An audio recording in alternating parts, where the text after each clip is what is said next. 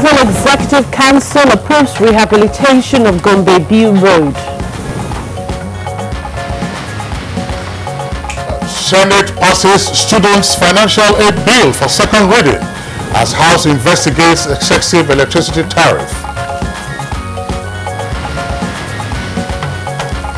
Anambra governorship election, IGP warns police personnel against unprofessional conduct. And on Good Morning Nigeria today, our focus is on the Anambra governorship election, fostering national integration, as well as developments in Zimbabwe as the military takes over power.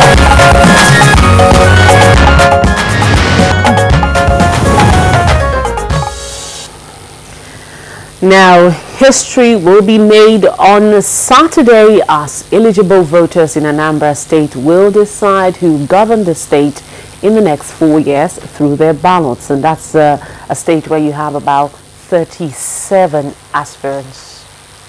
Well, there are 37 political parties that are fielding candidates for the #1 seat in the state. And Anambra is said to be the first such state to have this large number of candidates contesting for a governorship seat in an election. Now, this, of course, is historic in the annals of electoral ballot in the country. And about 1.4 million registered voters are to participate in the governorship election, with females making up more than 50% of them, while male voters account for 49%. INEC Chairman Professor Mahmoud Yakubu, who convened a stakeholders forum ahead of the election, said INEC is desirous of making the Anambra election free and fair. Now, he has also issued a warning aimed at deterring potential troublemakers from causing mayhem, and with also a vow that anyone caught in the web of electoral malpractice will be dealt with in accordance with the law. Now the question is, what has INEC put in place to ensure a free, fair and credible election? And what security apparatus have been provided to encourage a good turnout of voters who are expected to exercise their franchise? Reported threats by some miscreants. All right, these are some other questions our guests will seek to provide answers to on Good Morning Nigeria today as we discuss the Anambra governorship election. And just to also let you know that that's not the only issue we'll be discussing this morning on the program. We'll also speak to the issue of fostering national integration and developments in Zimbabwe following the takeover of power. Kingsley, Zimbabwe seems to be the high point this morning. And of course, it's what's making the rounds all over the world. All right. I mean, it's been in the news for the bad reasons, of course, since the beginning of the week, and matters came to a head on Tuesday, and we're seeing the continued development. Effectively, Robert Mugabe is fine, according to Jacob Zuma, but is confined. And the military are in charge, in a sense, even though they say that this is not a military coup, but all the trappings of a coup are evident in what's playing out in that country, where Robert Mugabe has been in power for 38 years, since April 1980, by the way. And these are some of the issues we'll be taking a look at on this morning and on this edition of Good Morning Nigeria. We are live on Africa's largest TV network, the NTA. I am Rhoda Anonam, welcoming you to the program. And I'm Kingsley Osadolo. I also join Rhoda in appreciating your joining us for today's edition of the program, in the course of which we shall have our regular complimentary segments, and this of course will include business, sports, foreign, and invariably newspaper review. Before then, let's go over to our colleague Joseph Johnson, who has the morning news. Hi, Joe. Hello, Kingsley. Thanks for joining us. The Federal Executive Council has approved that the sum of 450 million naira for the Ministry of Budget and National Planning to retain some of its Malaysian consultants assisting in the building of focused laboratory system relevant to the Economic Recovery and Growth Plan initiative. And the Federal Ministry of Power, Works and Housing got the nod for the rehabilitation of Gombe-Biu Road at the cost of 27.2 billion naira. You will recall that the ministry had launched an energy efficiency building code earlier in the year. That has now been incorporated as a national building code to ensure that people build more in compliance with global standards. Now you can position your building in such a way that you use more daylight, conserve energy, you install fire heating systems that conserve energy, and so on and so forth. The Senate has passed for second reading the National Students Financial Aid Scheme Bill. National Assembly correspondent Dennis Adegunloye reports that this was part of deliberations at Wednesday's plenary. The bill therefore seeks to provide a realistic framework for the success of education financing. It repeals the existing Nigerian Education Bank and establishes a student financial aid scheme. Every successful society must find a way for us to make this easier for our people. Now, since the introduction of the prepaid meter in Nigeria in 2007, electricity consumers have been grappling with the challenge of access to meters and the billing system. This resonated on the floor of the House of Representatives as the legislators urged the Federal Ministry of Power, Works and Housing and the Nigerian Electricity Regulatory Commission to investigate the quality of these meters and its billing regime. That the distribution companies, in an effort to meet up with the deadline, commenced installation of new set of prepaid meters which do not satisfy the expectations of electricity consumers in the country. President Muhammadu Buhari says in spite of his administrative stand on inclusivity in the implementation of the change agenda, the people of Anambra State and indeed the Southeast will be more comfortable belonging to the mainstream politics of Nigeria. To this end, he called for the election of Tony Nwoye of the governing APC as governor of Anambra State to chart a genuine course for socio-economic revolution in the state. This was at the grand finale of APC governorship campaign rally in Awka. The APC will bounce back and get our governor elected next Saturday. I assure you, you may not sight of my campaign promises. And finally, the Inspector General of Police, Ibrahim Idris, has urged police officers and men deployed for Anambra State governorship election to do everything possible to protect their integrity. He stated this while addressing the police personnel in Awka. The IGP asked them to be professional in discharging their electoral duties. This is one of the largest police deployment of recent. Be very, very serious in your assignment. And by the grace of God, I think we are going to have one of the best elections. With your assistance, with the support from members of the public, because I spoke to them, they need to support us, they need to cooperate with you. For you yourself, you have to behave properly. And that's the news for now. Good morning, Nigeria continues with Rhoda and Kinsley after the break. Stay with us. Unemployment, notably youth unemployment, features strongly in our party's manifesto. We intend to attack the problem frontally through revival of agriculture.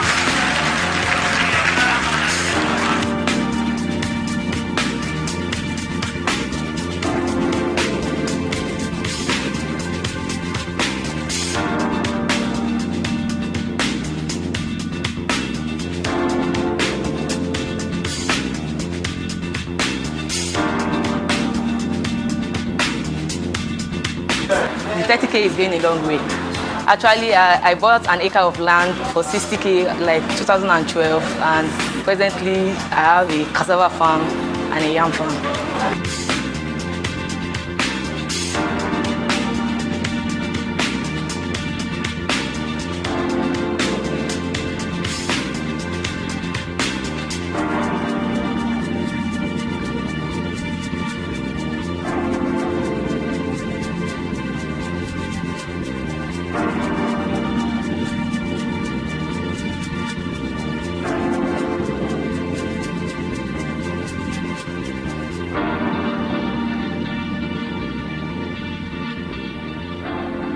This is Nigeria, a nation fast developing its potentials.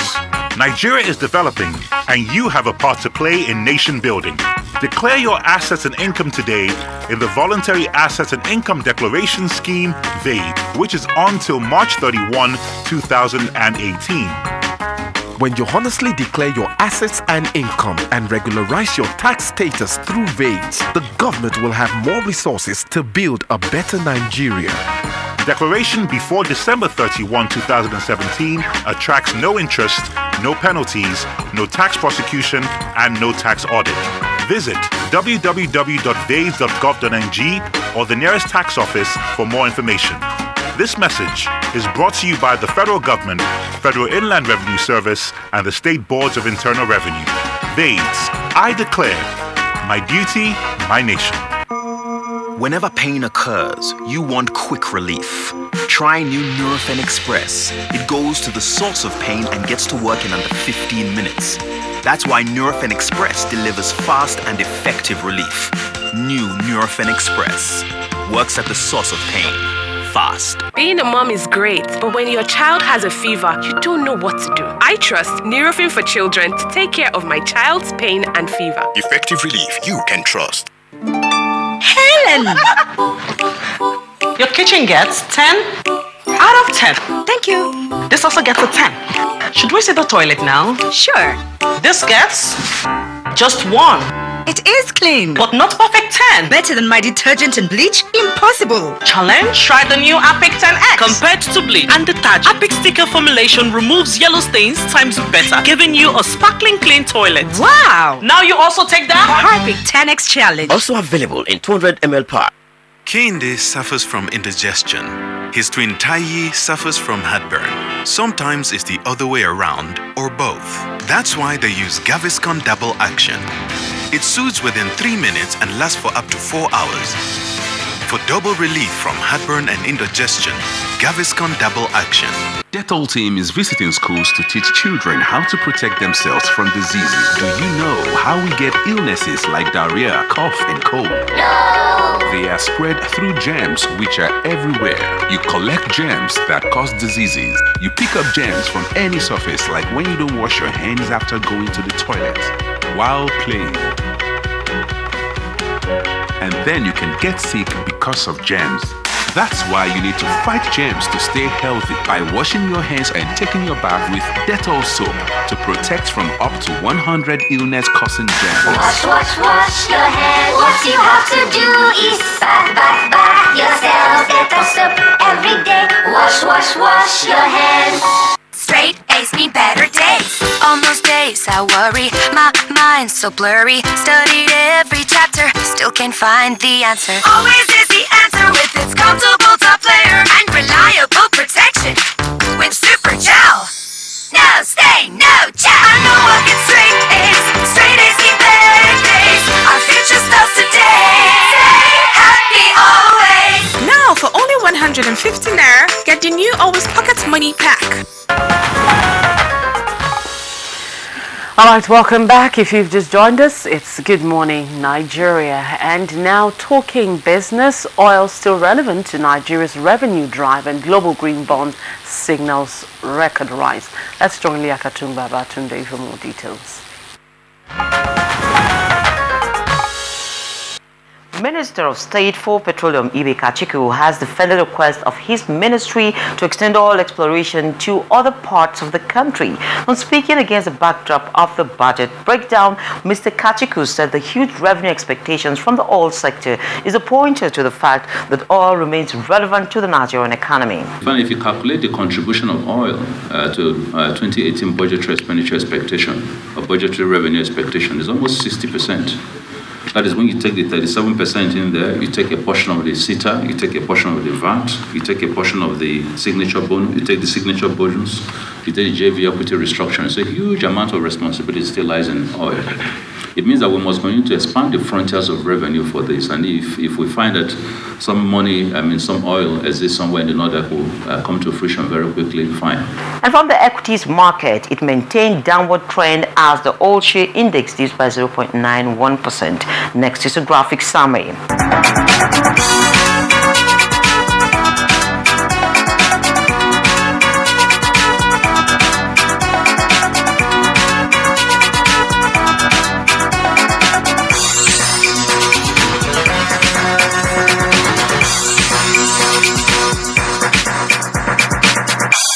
just to remind us that Nigeria has recorded 9 months of consecutive disinflation, or a slowdown in inflation rate, though still positive in headline year-on-year inflation since January this year.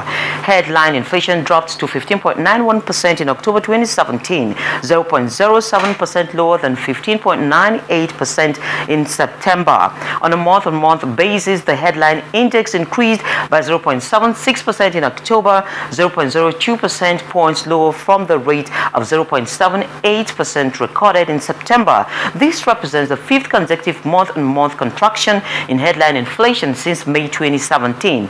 That is business news for this hour. Thank you for watching. My name is Leah Katin. Babatunde.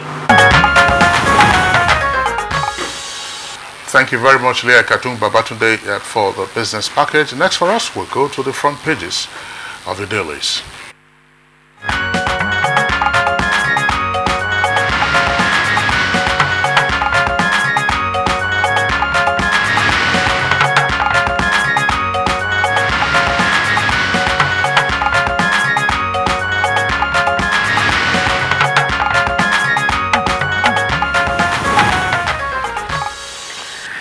Hi, thank you for joining us on the newspaper review segment, and with us is Omini Oden. Omini, it's good to see you. Good morning. It's my pleasure. Good morning. Very good to see you too. Good morning, Nigerians.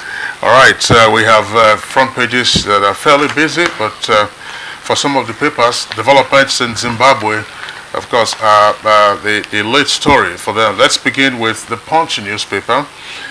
The Punch captures it this way. That's his lead story with a double-decker headline and rider. It says Zimbabwean military places Mugabe under house arrest. And finance minister also detained in takeover. Nigeria, Britain, South Africa and others call for calm. And Robert Mugabe and his luxury-loving family. That's the last rider for that. Now the stories can be found in greater detail on pages 9 and 11.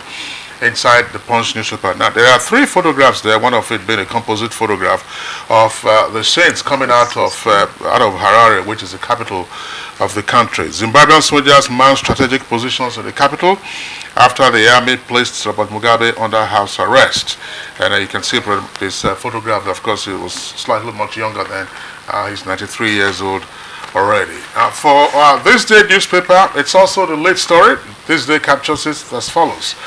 Zimbabwe moves to set up interim government as Mugabe is apparently ousted.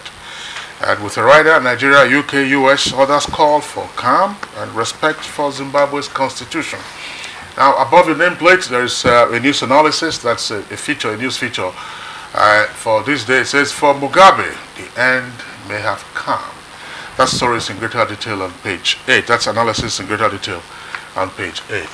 And well, for the New Telegraph, it's not the lead story is just a side story, and that's just below the nameplates on the left-hand corner. You see, right-hand corner, you see there it says Zimbabwe, Mugabe under house arrest as army seizes power. It's greater details of the stories on page 37 of the New Telegraph. Also, it's not a lead story on the leadership. It's just at the foot of the paper on the leadership. It says Zimbabwe, Nigeria calls for calm and adherence to constitution.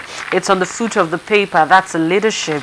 It's not leading on the leadership. It says Zimbabwe, Nigeria calls for calm, adherence to constitution. Greater details you get on page 4. All right, then. Yes, all has not been heard about Zimbabwe yet. A lot is unfolding, and coming from the statements quoted from the president of South Africa, who is the chairman of the South African Development Communities. He has given out a press statement to say that he has spoken with Mugabe, who is under house arrest, but says he is fine and good. If you go through the papers today, a lot has been said about the developing story in Zimbabwe, the politics of it, the economics of it, the diplomacy of it, the power play, the global power play of it.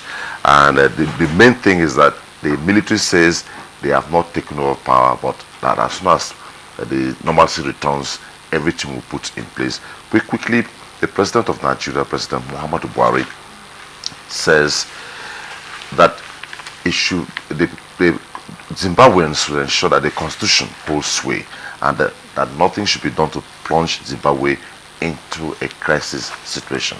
I think it dominates, and the papers in Nigeria have really gone down an expose of developments in Zimbabwe. But like I said, the stories are unfolding. Maybe before the end of the week, we'll know the real situation in Zimbabwe. For now, the military says they are not taking over. The president is on house arrest, but he is fine. Well, another story that's trending is also the visit of the president to Awka yesterday. Yes. And that's it's a lead story, though it's captioned with it also goes along with the IGP, and that's on the New Telegraph. Yes. Let me just, before you speak, let me just take the New Telegraph. It's the lead story. It says Anambra Goba polls, IGP under fire over withdrawal of governor's security details. Buhari orders reinstatement. Ohaneze once against rigging. Senate, Idris action dangerous to democracy. Another rider there says VP INEC chair meets. Ojuku's son defects to APC. Abga says he is a prodigal son. All of this trending on page 2 and 12 of the New Telegraph. Well, I don't. It's not also.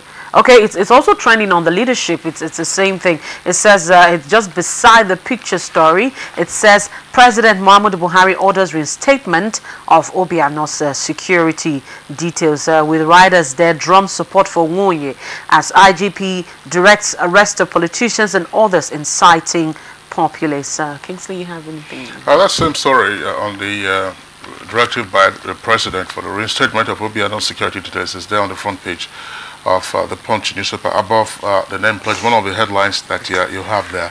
But let's I would like you to comment on the president's visit. Yes, the president's to the southeast, of course, which ended with the rally that he moved from Ebonyi into Awka yesterday for the grand finale rally of the APC governorship campaigns. And at the rally, let me take it from that perspective. He sustained, I would say that the Nigerians who are advocating or seeking Mr. President to rejig his cabinet may have to wait for a while, because at the APC rally yesterday he expressed confidence in his cabinet, and he says a good number of the appointees were not known to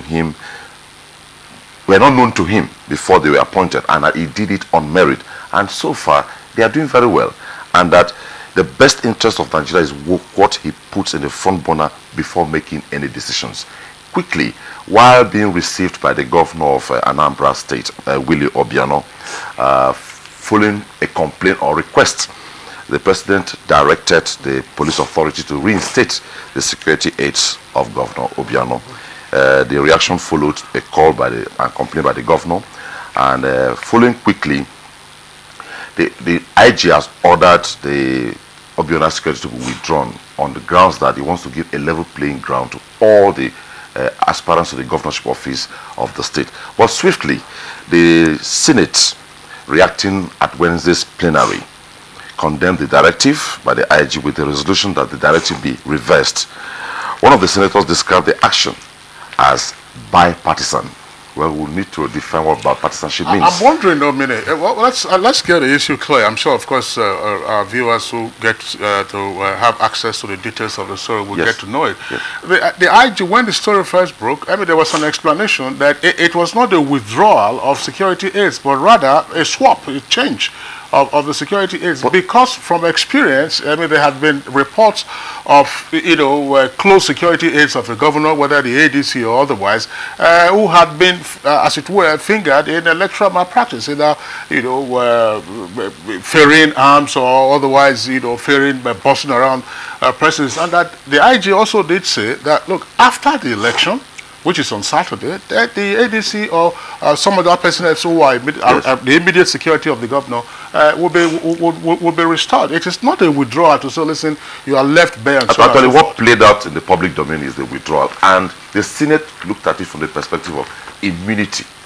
Even one of the senators, while arguing on the floor of the Senate, said, if this is sustained, it may set as a bad precedent in the country. Because yeah, there's no immunity. Instance, I'm sorry, there is no immunity for you to say because you have AIDS. I mean, the ANEC itself has always said it, and then the security operations around an election have always indicated that, listen, do not bring your security aids to the polling unit, or don't have your security aids moving around with you, because then that, as an incumbent, that will put other contestants, assuming there are others, at a disadvantage. Okay. We hope and believe that that will be properly upturned. And the other side of it is the fact that the federal government, in a move to really implement to a logical conclusion the Economic Recovery and Growth Plan, ERGP, has retained Malaysian consultants that will conduct a study which will enhance the implementation.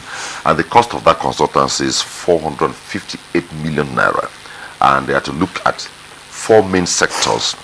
That the study will focus on the agricultural sector, transportation, power, gas, processing, and others, and to clearly identify relevant stakeholders that will implement the Economic Recovery and Growth Plan from the private and public sectors. Well, that story that you just talked about now is on the front page of this day newspaper, above the nameplate, and it comes. It says, federal government hires foreign experts for 458 million naira to drive ERGP implementation. There are 2 other riders there with regard to Mambila Power Plant, as well as construction of Gombe Biu Road. That's that story. You also find that's with regard to the engagement of foreign consultants. Says on the front page of the Punch newspaper, below the photographs there from Harare, it says federal government to hire Malaysian economic experts for 458 million naira. That's on page 21. Malaysian experts to help drive Nigeria's ERGP. Well, still talking the economy on the leadership, just below the nameplate, you see the inflation rate drops to 15.91% in October, and that's by the NBS. Inflation rate drops to 15.91% in October. But let's quickly take a look at the lead story on the blueprint. The blueprint is next, and the blueprint is leading with federal government losing 10 billion naira daily to Apapa gridlock, and that's a statement credited to Dangote. Federal government losing 10 billion naira to Apapa gridlock. Yeah, that's for this. Well, I don't know what the comments will be with regard to the engagement of foreign experts. But did Malaysia provide any foreign aid to Nigeria in the development of the ERGP that we have to hire Malaysians? Well, actually, what I could pick up from that story is that not that we don't have the expertise, but the Economic Recovery and Growth Plan is a model that may not have been indigenous to Nigeria. It might have been adopted from somewhere, and maybe the Malaysians have adopted it, and they want to use them to really put it on ground, reinforce it to make Nigerians to eventually take away. You know, there's something about domestication. If you get something from somewhere, for you to domesticate it, you need to an economic recovery and growth plan. Are the Malaysians managing our economy? Not really. That's not the point. It's a model that may have come from somewhere, but for you to get it right, you have to domesticate it first of all. All right, domesticating it, you need to get the principles right and hand it over appropriately. All right, just to a couple of other stories. Let's take these ones from the Punch newspaper. Above the nameplate, still from the Punch newspaper. It says, Baba Salah down with a stroke. Baba Salah, it says the comedian, is down with a stroke and cries for help. That's on page 14. And federal government to spend 4.8 billion naira on villa maintenance in 2018. Now, the BVN story is still running on the front page of the Punch.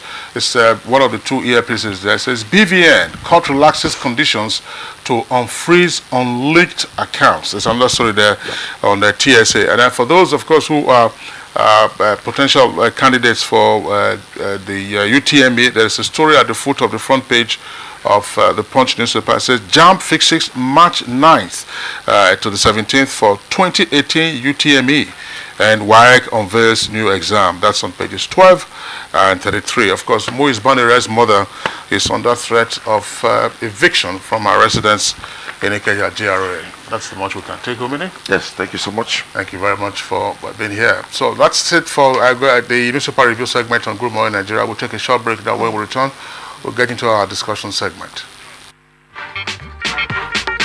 The Federal Ministry of Industry, Trade and Investment, in collaboration with the Federal Ministry of Information and Culture, the Made in Nigeria campaign.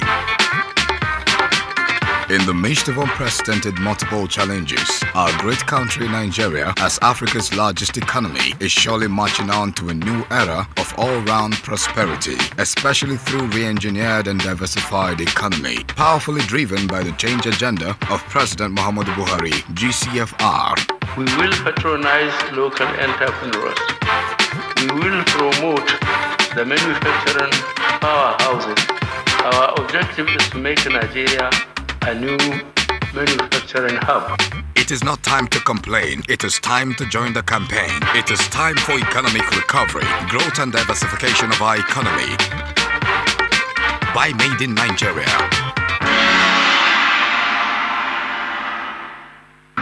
Hate speech is not a joke. It incites genocide and crimes against humanity.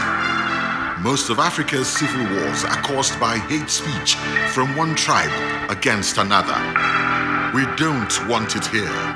The Nigerian government stands firm against hate speech. I was distressed to notice that some of the comments, especially in the social media, have crossed our national red lines by daring to question our collective existence as a nation. This is a step too far. One nation bound in freedom, peace and unity. Nigeria, one nation, one people. This is a public service announcement brought to you by NTA.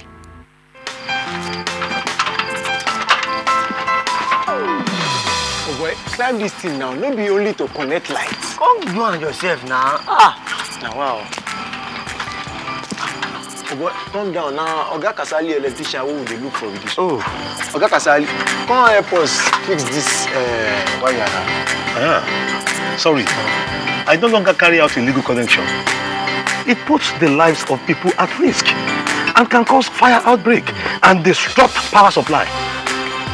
I will never be part of anything that has to do with this any longer because change begins with me.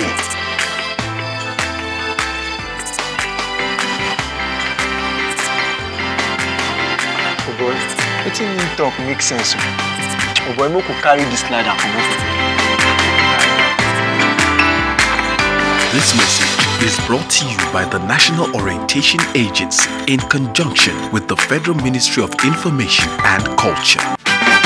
Sir Abubakar Tafawa Balewa, Dr. Nnamdi Azikiwe, Sir Ahmadu Bello, Chief Obafemi Awolowo. These patriots worked together to achieve independence for one united Nigeria. Although some may say Nigeria is a mistake, we all know that the Almighty never makes mistakes. God has not made a mistake by bringing us all together in the way that He has brought us together. God has put us together here so that we can build a community that will be an example to the entire world. One nation bound in freedom, peace and unity. Nigeria, one nation, one people. This is a public service announcement brought to you by NTA. Welcome back. You're still watching Good Morning Nigeria, and earlier on we indicated that we have 3 talking heads this morning. The first one is the Anambra governorship election. It's just 2 days away, and of course the second one was speaking on national integration and developments in Zimbabwe. But let's begin first with the Anambra governorship election that is feeding about 37 aspirants. So let's take some comments from some of the candidates.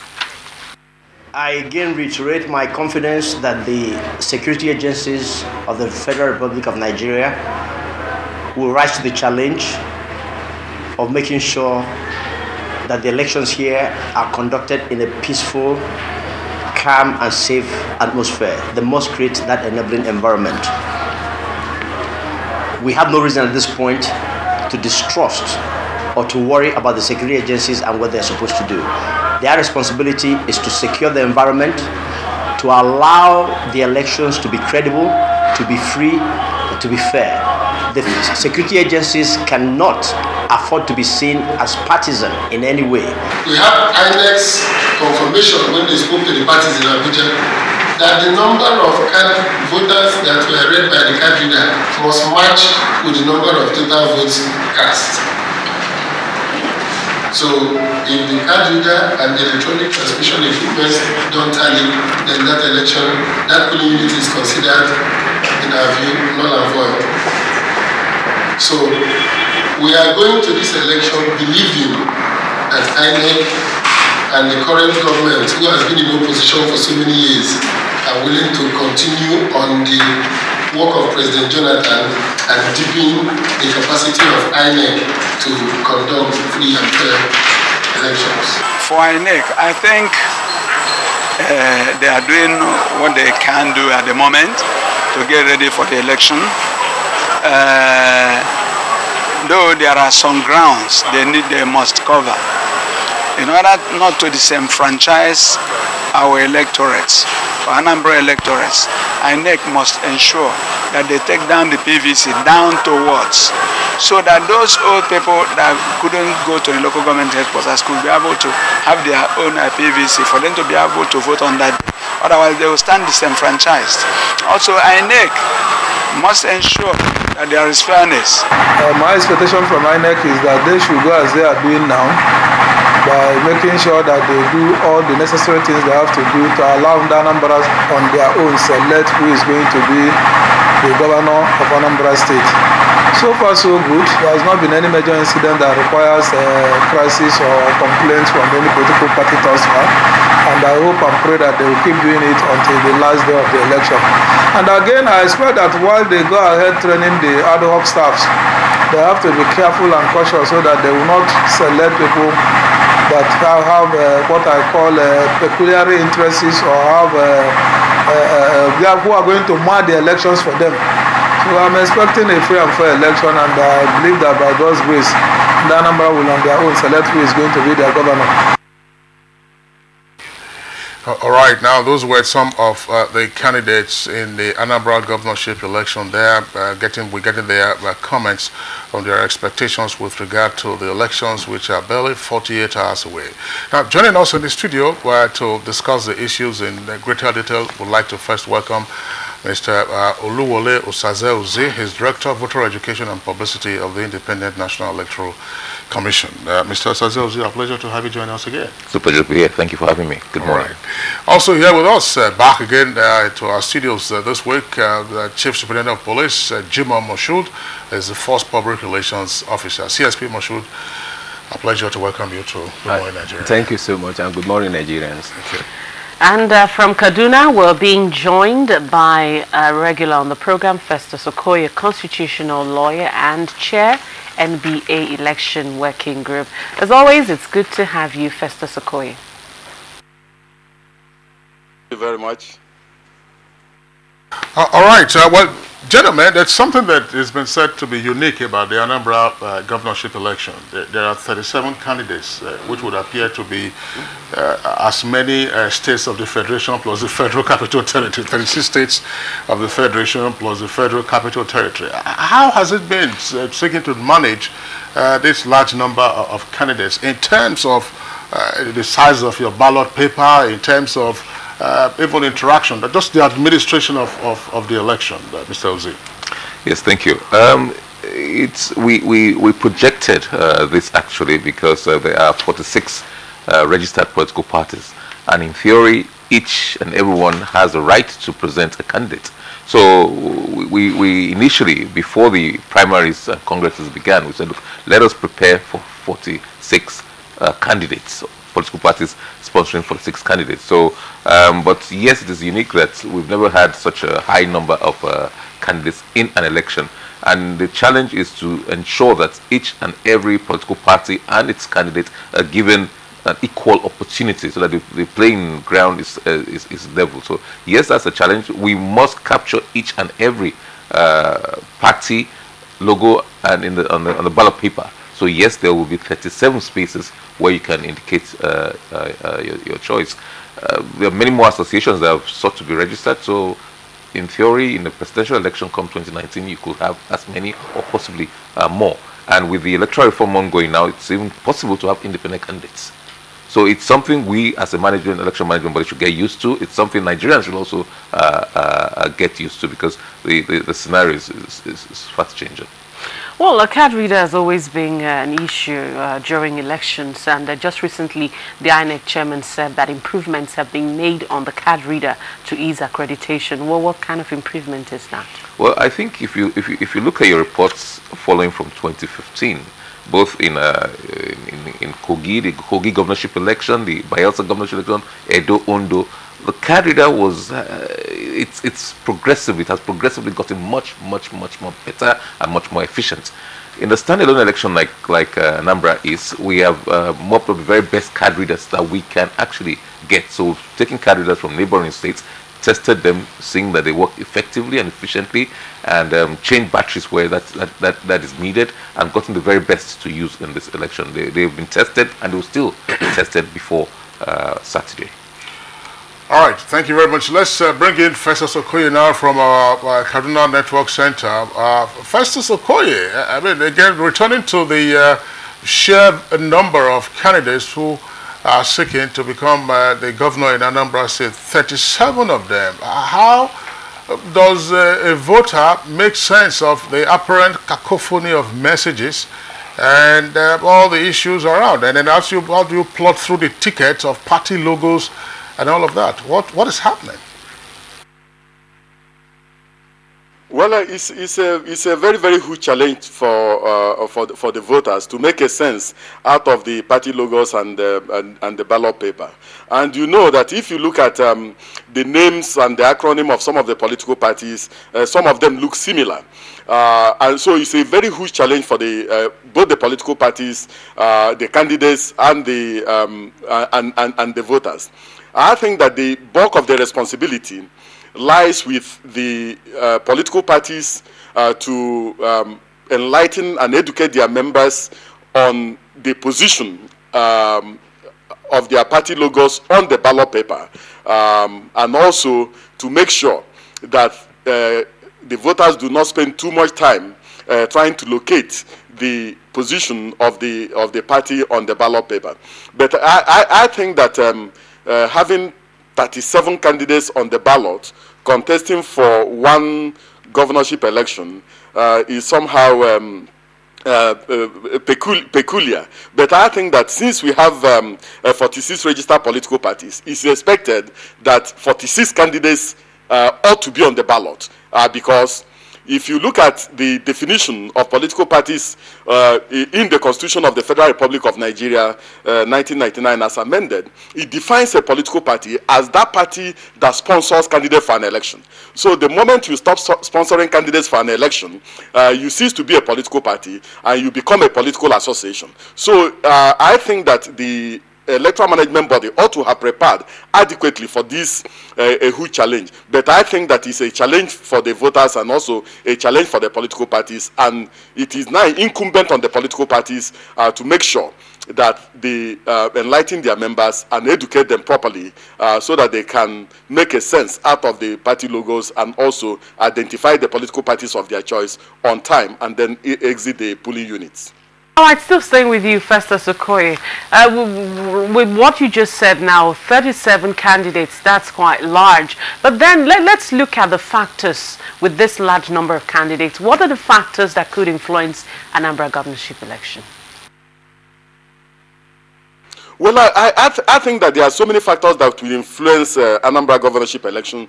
The first is the factor of incumbency.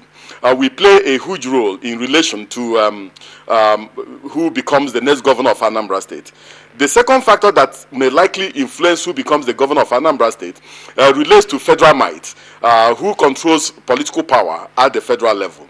The third factor for me that may likely influence the governorship elections in Anambra State revolves around the security architecture, the security situation in Anambra State, given the huge security threats that Anambra State went through and witnessed prior to these particular elections, and the continuing threats by some people to disrupt the elections. But I think that hugely,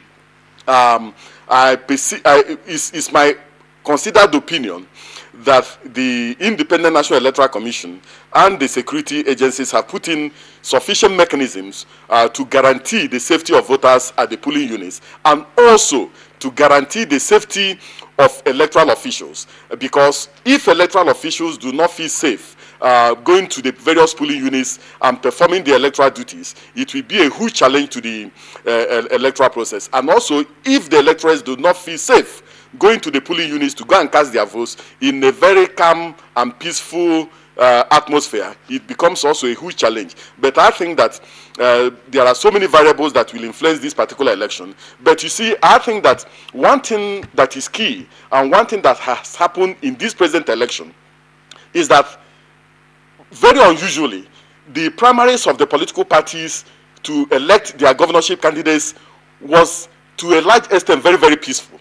And also, to a large extent, we have had fewer litigations arising from party primary elections than we had before. So that is a very, very positive development. But you know, Anambra State is a land of godfathers. So the influence of godfathers will also play a huge role in determining the outcome of this particular election.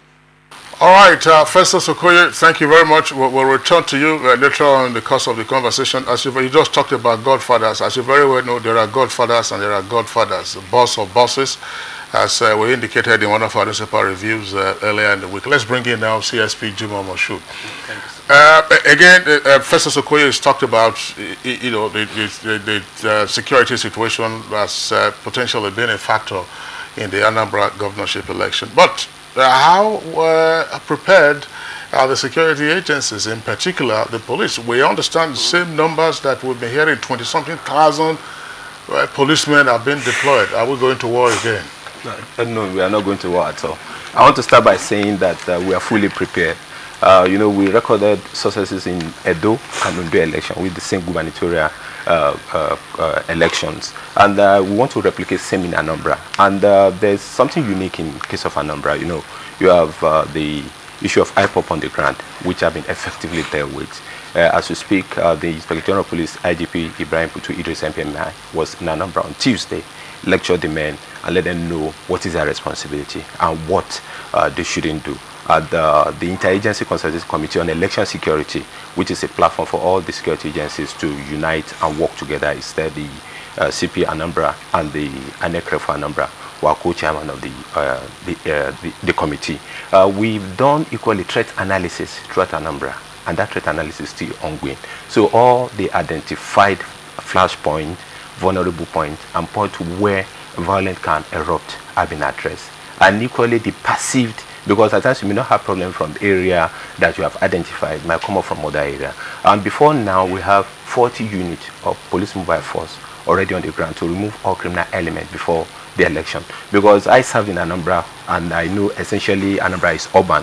You won't know when you move from Onitsha to get to Olu Junction, from through Iyala, or from Iyala to Ozubulu to get to Oka and other areas. So, but for the Riverine area, they are effectively covered. So the breakdown of these 26,000 police personnel are that these 26,000 police personnel are those coming in to augment the personnel on the ground, because you can't see, because you want to have election, then you leave law and order to be violated, and probably crime prevention issue to go backward. So we are doing the 26,000 to ensure that we maintain the same level of success, because the moment you take violence out of election, then you are going to have it free and fair. So we are creating a conducive atmosphere for everybody involved in the election to play politics according to the rule.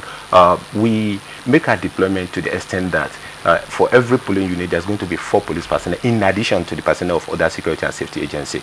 Then the IGP have deployed 303 patrol vehicles for the usage of this personnel to police the street and other locations throughout the election. Equally of note is that 3 helicopters will be deployed to do area surveillance and patrol, to enable that our personnel on the ground have firm grip control of the situation. Equally the riverine area.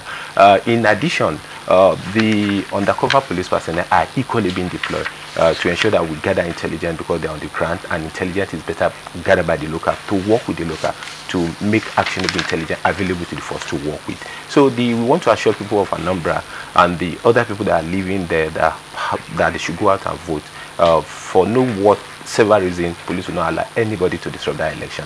Then in addition, the other issue that have to relate with interagency cooperation is equally working effectively with INEC. We have no problem. We have ironed out all the gray area, and we are good to go for the election. Well, just a few days ago, there was a bomb scare at the INEC office. What's the true situation of that?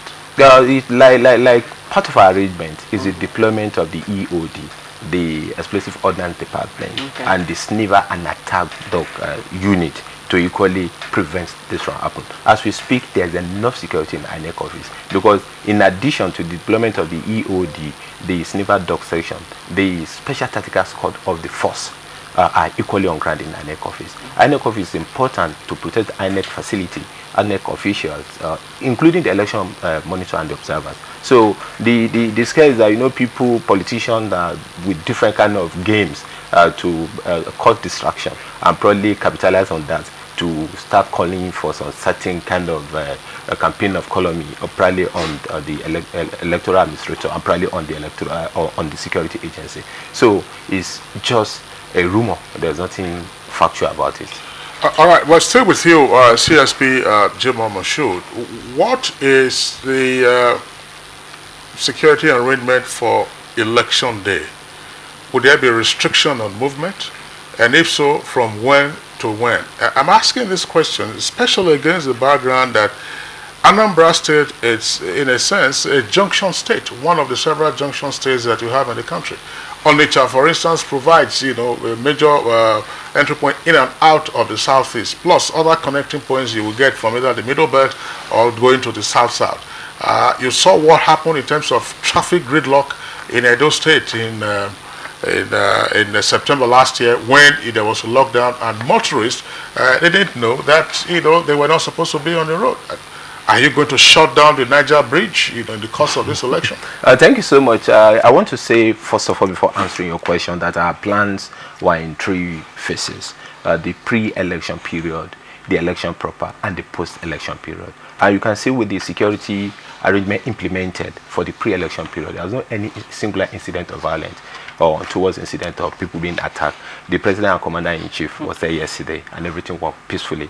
That's due to the achievement we recorded in terms of our planning for the pre-election period. Then the election period proper, at the period like we are referring to now, there's going to be restriction of movement, which have been worked out with INEC from 12 midnight on Friday 17th till the end of the election, because at times you might have a timeline for the election.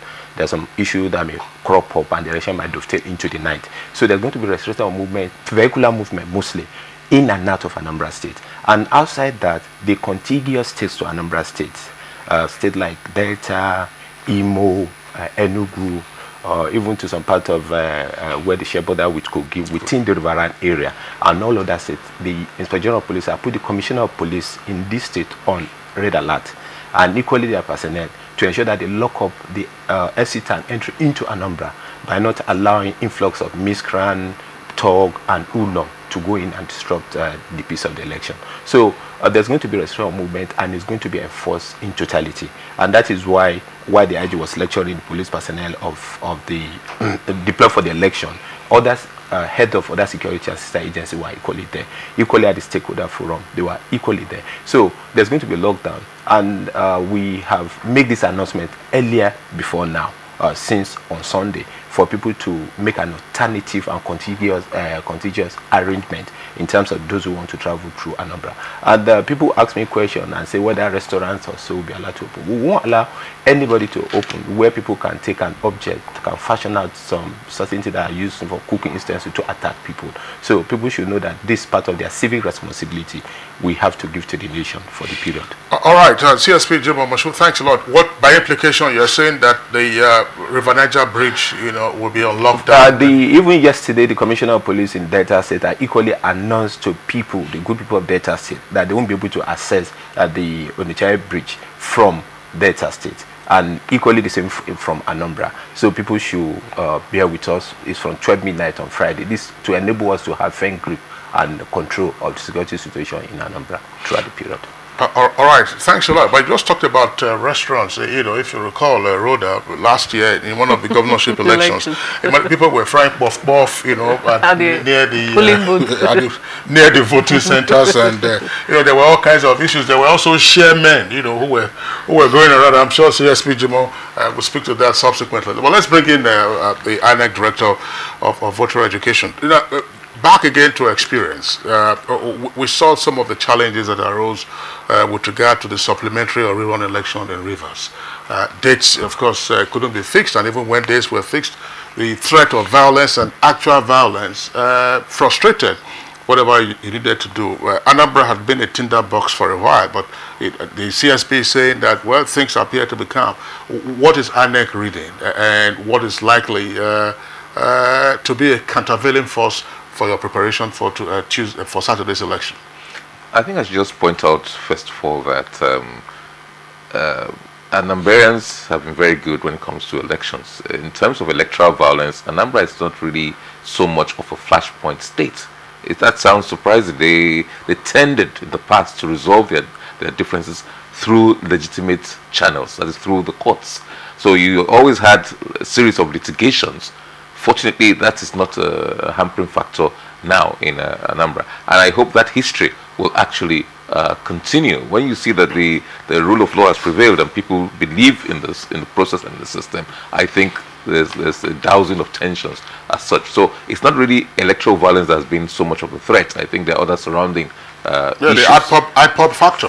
Yes, IPOB was called, from what we've read in the seen in the media, for a boycott, but I know that several, I don't know, there are factions of that type who said, look, the elections can and should go on. And of course, we are liaising. The CSP should talked about the Consultative Committee on Election Security. That is revamped, that is working so well. And he also made reference to the stakeholders meeting on Tuesday, 2 days ago, where the Inspector General of Police was there, the chairman of the commission, INEC, was there as well. And most of the governorship candidates were actually there. And there's an affirmation, a reaffirmation of and commitment to peaceful conduct of elections, and all the candidates present or their representatives did say that they are committed to the rule of law, they're committed to peaceful conduct of the elections. You might say that's just mere words, but at least they've talked to the people of Anambra and said, this is our commitment, hold us to it. And the way they've been very civil, the way they have, we've not heard so much of hate speeches, we've not heard so much of attacks between one group or the other. Even though there are as many as 37 parties contesting the election, it's been relatively good. But still, we have also deployed our own security measures. Outside of that platform, we've used the ERM tool, which is the electoral risk management tool, to forecast possible flashpoints, to take corrective measures and pass whatever information we've gathered from this, our own little intelligence gathering, and the FMAT tool to mitigate election violence, passed it on to the police and other security agencies. They, of course, have their own tools, and on the basis of need to know, they've informed us of things and measures we can take to ensure that the peace and calm is maintained. Are we going to see an electronic transmission of results from the polling units this time? Is that possible? It's a bit difficult to have a real-time electronic transfer from the polling unit. You'll need devices, you'll need bandwidth and everything else to transmit results from the polling units. But we will transmit from the first level of collation, which is the ward or registration area level.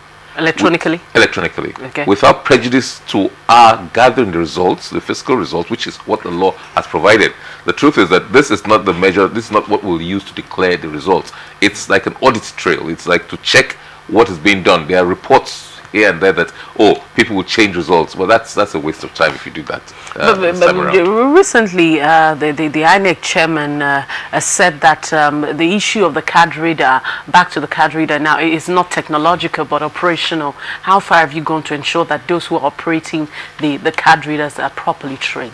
For the past 1 month, a series of trainings have been going on. First of all, realizing it's actually both. It's actually a bit of both. But with the training aspect of it, First of all, we start by going to the bulk of our electoral personnel are drawn from the National Youth Service Corps members who are serving in particular states. So we've started, while they were in camp, we went there to do some basic training, the basic awareness about the elections and the procedural implications and everything else, and basic training. So right from when they're in camp, they're being familiarized with this tool. And some of them don't forget that where there's shortfall, we always draw from federal tertiary institutions. So some of the students who are who had taken part in previous elections are now in camp or are now members of the National Youth Service Corps. So they have some basic familiarity with it. And there's been a series of training, especially in the last 1 month, has been intensified and retraining to ensure that whatever hiccups, the human angle does not do anything to hamper the smooth operations of the candidate. All right, Osaze, thank you very much. Let's bring it again, Festus Okoye from our Kaduna Network Studios. Mr. Festus Okoye, yes, there are 37 candidates, but some analysts are indicating that perhaps this is a 3, no more than 4, or if you like 5, is a 5-horse race, so that the others would appear to make up the numbers. Earlier, while you were speaking, you did say that godfathers do tend to have a role in Anambra politics. We're just wondering, what are the issues in this election and how potentially close would the results be? Well, before I get to your question, let me just respond very, very briefly to what the senior police officer said in relation to the issue of restriction of movements. I think that the time has come, really, in our political process when we must take risk on behalf of the Nigerian people. Elections and the electoral process are ordinary civic responsibility, and in this country we have elevated the issue of election to a war situation.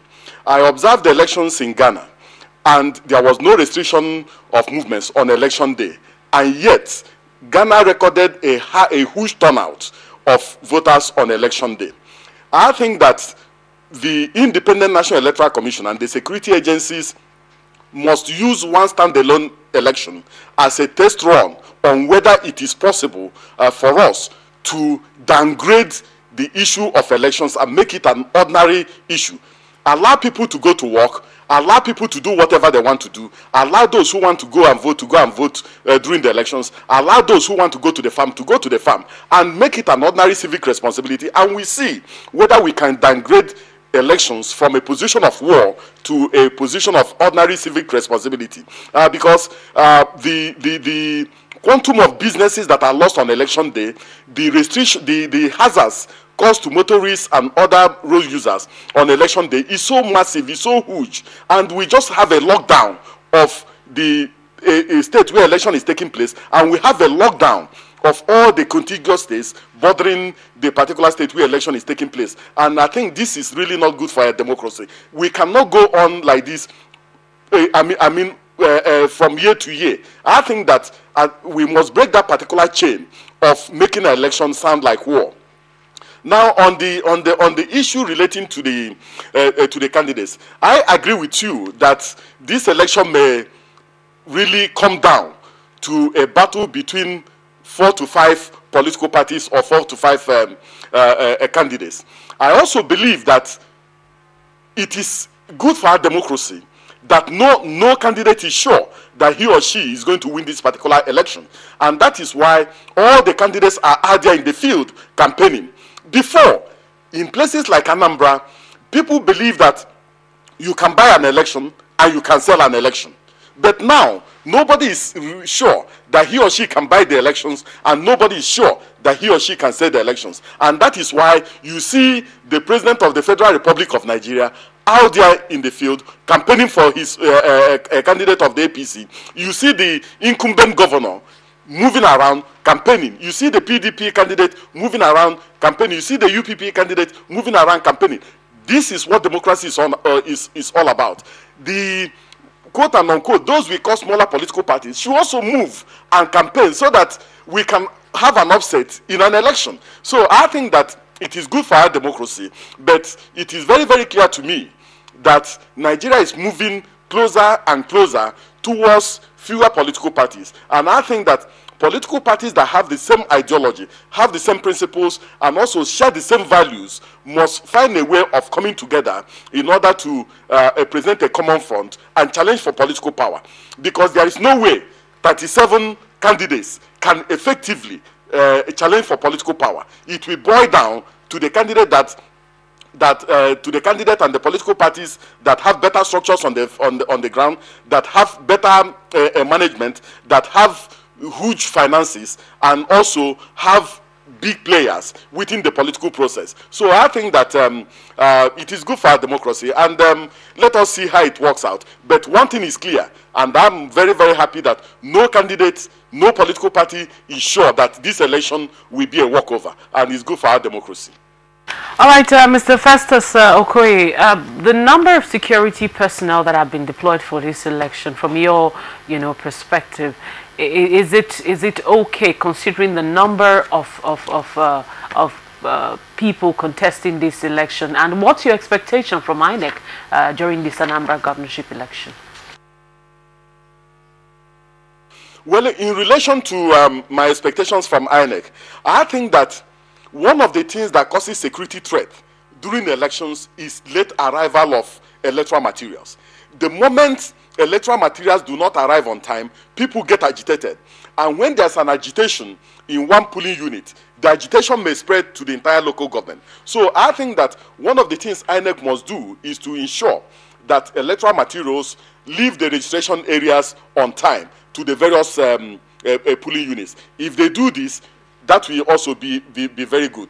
I can see that in terms of the card readers, that INEC has made provision for sufficient number of card readers to supplement, maybe to supplement whatever happens if a card reader malfunctions. And I think that this is good. And I also think that the resident electoral commissioner in Anambra State seems to be somebody who is very steady, seems to be on top of the situation, and seems to know the dynamics of the game. And that is also very, very good. When the political players know that the person on the ground is credible and cannot be bought, and cannot sell an election, and they cannot buy an election from him, they are more willing to concede to the results of an election.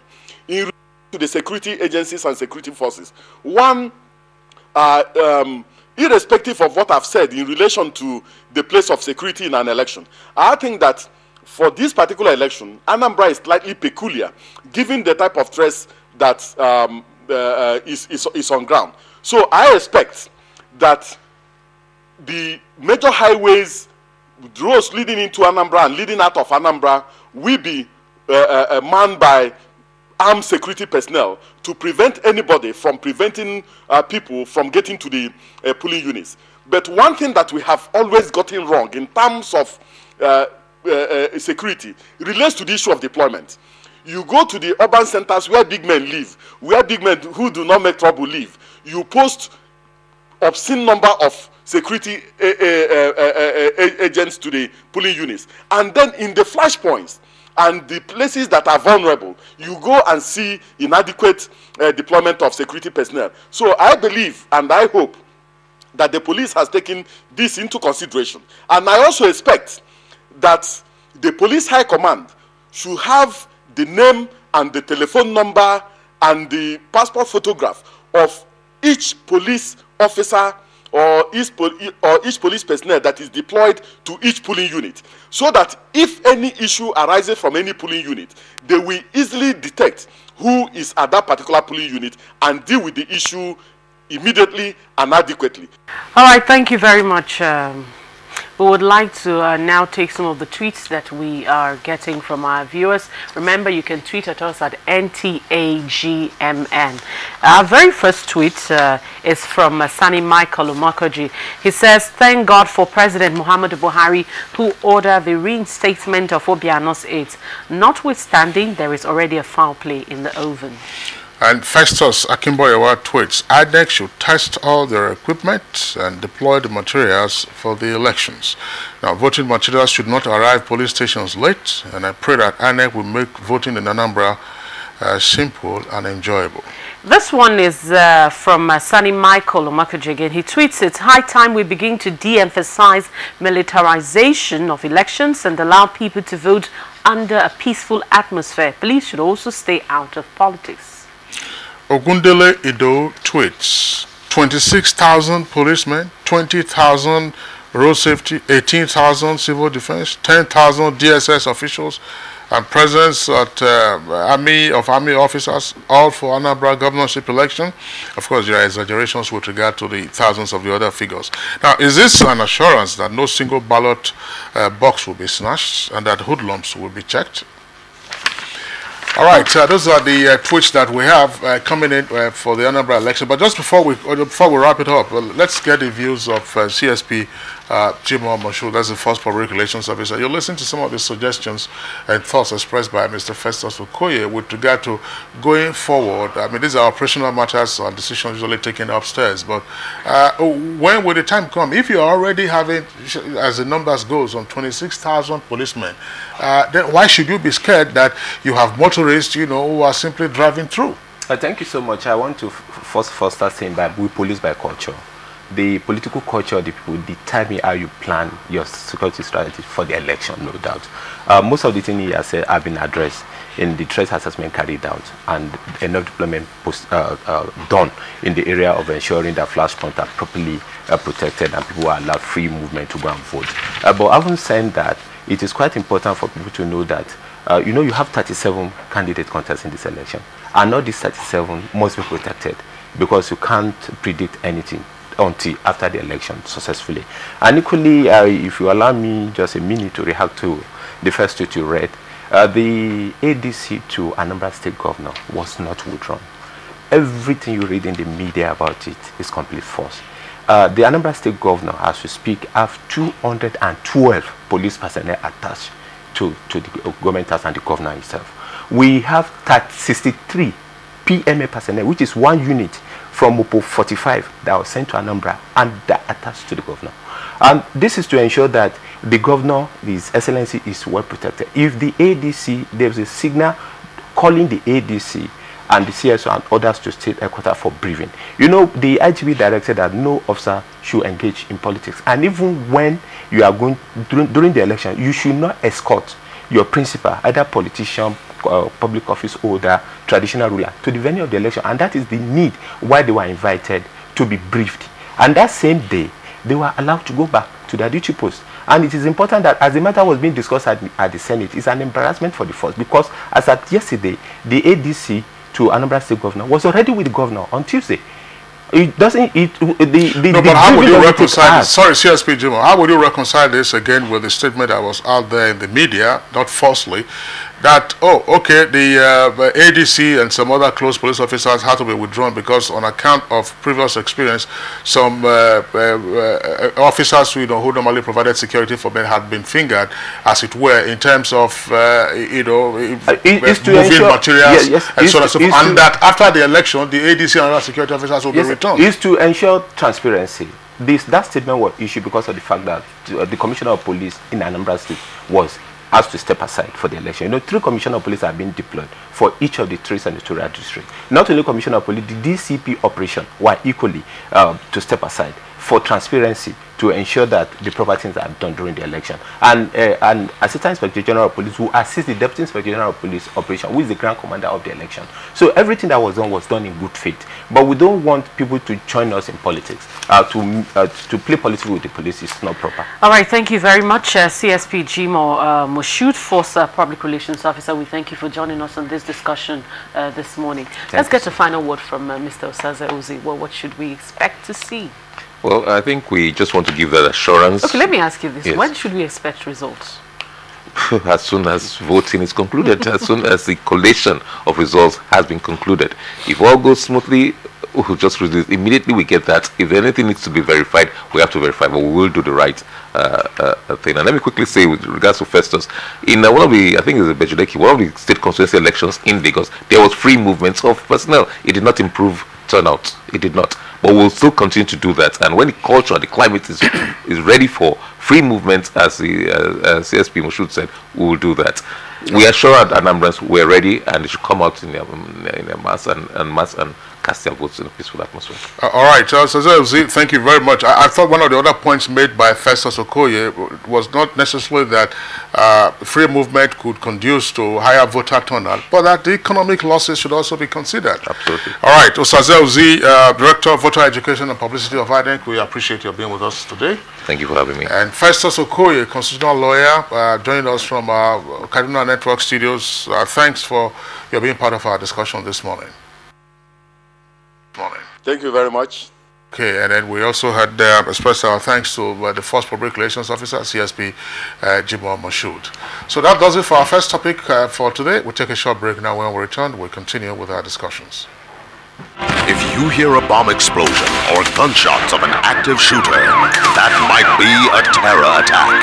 At such times, always remember 3 action words: run, hide, report. Don't try to run towards the terror scene to save the situation, because there might be a second bomb blast or another attack. Run far away and take cover. Make sure you are safe first. Yes, it is in our nature to sympathize over the hurt, but remember, only trained personnel can help in such situations. When in a secured environment, promptly call relevant authorities and help will come. For anonymous reporting, call 09630-3250-5 or 0813-2222-106. If you see something, say something. Nigeria, unite against terrorism. This message is brought to you by the Federal Ministry of Information and Culture. You are watching NTA, Nigerian Television Authority. For more information and news updates, visit our website at www.nta.ng, or you can follow us on Twitter at NTA News Now, or you can like us on Facebook at NTA Network News. Stay connected on our YouTube channel at www.youtube.com/NTA News Online. Watch our live stream at www.nta.ng/live. NTA. You can't beat the rich.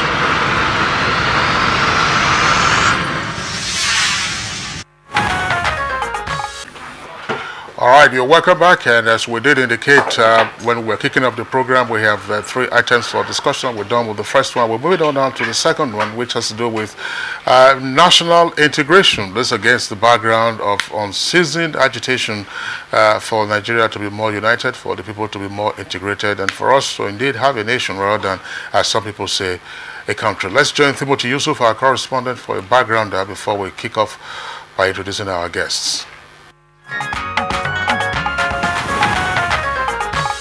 Over the years, there has been crisis and instability in Nigeria, arising from various issues and agitations by different groups and regions. These include restructuring, the so-called settlers and indigenship, ethno-religious, militancy, terrorism, inter- and intra-communal conflicts of varying degrees and dimensions, which have claimed hundreds of lives and left tens of thousands displaced. Some people are of the view that these crises were as a result of accumulated grievances, anger and frustrations arising from suspicion, mutual distrust, as well as manipulative tendencies of the elites in the struggle for power and scarce national resources. These agitations became more pronounced under the civil rule, with the call for constitutional amendment to address the interests of the various groups. Perhaps these agitations prompted the DSS to convene a summit on the national unity and stability, with a view to galvanizing ideas on how best to settle the issues once and for all.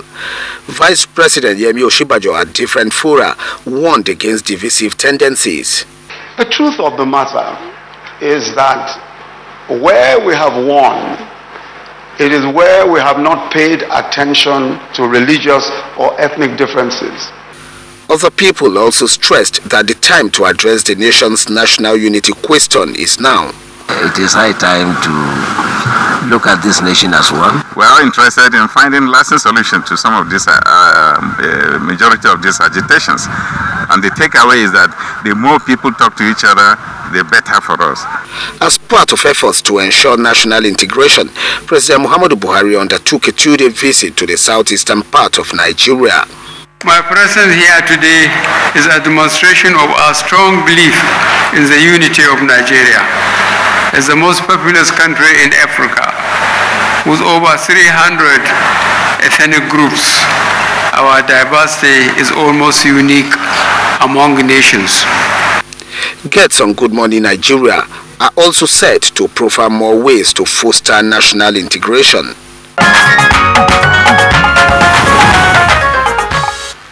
All right, thank you very much, Timothy Yusuf, for that background report. We have three guests with us here in the studios to discuss this. First, we'd like to welcome a familiar face on Good Morning Nigeria, Dr. Chris Akiyo, former President of Ijaw Youth Council Worldwide and advocate of peace. Dr. Chris Akiyo, pleasure to have you join us today. Good morning. Also here with us is a sociologist, Honorable Emmanuel Musa, and the former Director General of the Niger State World Development Projects, and also a former Secretary to a local government. Honorable Musa, pleasure to have you with us. Yeah, thank you very much. Okay. And last but not the least, we have with us Babawale Omobolahon, is of the Integration Summit Group of Nigeria and the Public Affairs Analyst. Good morning, Nigerians. All right, so let's begin this. One of the clips you heard just now was from Mr. President in the course of his visit to the Southeast, his first since he assumed office in May 2015, and of course seeking again one more time to reinforce the message of national unity and national integration, which are matters that Chris Akiyo, of course, we know that you've been pursuing very vigorously in recent times. But what does this mean in terms against the background of some of the agitations that we have seen from that part of the country?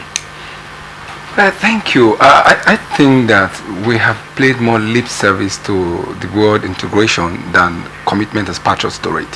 What I have seen over the period is that if there is a need for public staging or politics, then we see ourselves trying to demonstrate this unity and national integration to win votes, to get people to think that we're together. And once that is done, we get laid back. National integration is supposed to be a corporate entity enshrined in our everyday life as Nigerians. The coat of arms spells that out, the constitution spells that out, all the federal character issue spells that out. But we don't play it. We only play it when we need it to win a political point or score a political point. So it's not in our bloodstream. And that's why we at this end are saying that we need to do it every day. The NOA is supposed to be campaigning for that. All national institutes, the NYC is a product of that. But if you look at it, they have all been underplayed, underwatered. Even the police, the army are institutes that should reflect national integration. Yeah. So you can understand that as a country, we understand our diversity from the very beginning. Unfortunately, the body language of government over the years has watered it down to the level where everybody is seeing themselves as representative of sections, regardless of what political office you're holding. So I can tell you, if you walk into the parastatals today and you find a man who is the minister from a particular region, less than 10% of that ministry staff around him will be the rest of Nigeria. He will have people around his locality. If you even walk into the villa today, you see the same reflection. So unless we break that barrier, that invisible barrier of personalizing governance to regions and sections, it's going to be continuously a lip service as we're seeing now. However, the joy is that I align with the Integration Summit Group strongly. We're conversing that our country must begin to take the issue of integration as part of its everyday working in schools, in communities, in the National Assembly. We should look at things more objectively as broad nationally than my region, my section, my ethnic group, or my religion. Those are the being. And the reason why this has succeeded is because of I call it the greed element. The greed element is in everybody, but once your greed element overrides your conscience, then you start thinking about yourself, your immediate family, your immediate constituency, because it's easier to deceive people. However, there is hope for our country. More young people are beginning to say we must unite. These agitations, this cry for restructuring, this religious bickering, this crisis here and there, people seeing themselves as different, is a greater challenge that we must begin to look at national integration.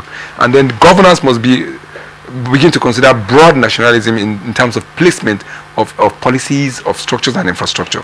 Well, you just spoke on the need for institutions to begin to, sound this message. What about the political players, the political leaders? How important is it for them to reinforce this message, because they are the middle of this?